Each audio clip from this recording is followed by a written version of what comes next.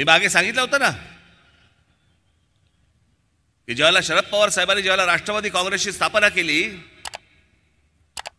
1999 साली, आज राष्ट्रवादी काँग्रेसची पण लोक इथे आहेत, पण ते अजितदादांबरोबर आहेत. बाकी अनेक मतभेद असतील माझे अजित पवारांबद्दल,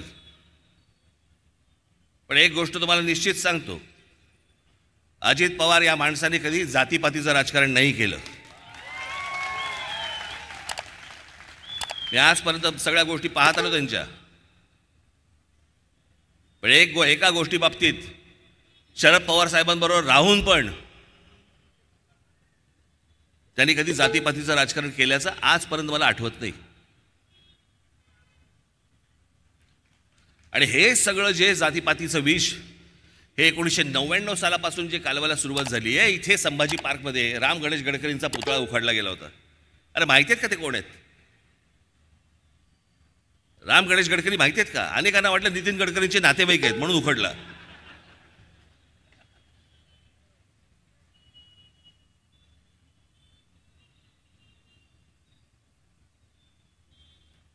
काही माहिती नाही, काही कशाला संबंध नाहीये.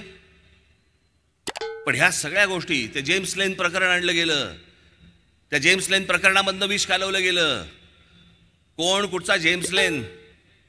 बरं, तो जेम्स लेन मुलाखती देतोय, तो सांगतोय की मी इथल्या कुठच्याही माणसाचं कधीच नाव घेतलं नाही आणि मी कोणाला भेटलो पण नव्हतो, हे त्याच्या मुलाखतीत तो सांगतोय. पण तोपर्यंत तुमच्यात विष कालवून झालं होतं.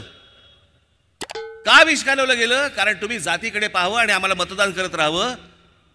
तुम्हाला लागते कशाला चांगलं शहर होण्याशी? मतलब काय तुम्हाला? तुमच्या पिढ्या जन्माला येतील, जिवंत राहतील, म्हाताऱ्या होतील, मरतील. कोणाला गरज आहे याची? आम्ही पेटतो कशामध्ये? आम्हाला शहर बर्बाद झालं तरी चालेल, आम्ही थंड असतो, पण आमच्याला जातीवरनं काही बोललं की आम्ही लगेच पेटायला सुरुवात होते. का? काही कारण नाही.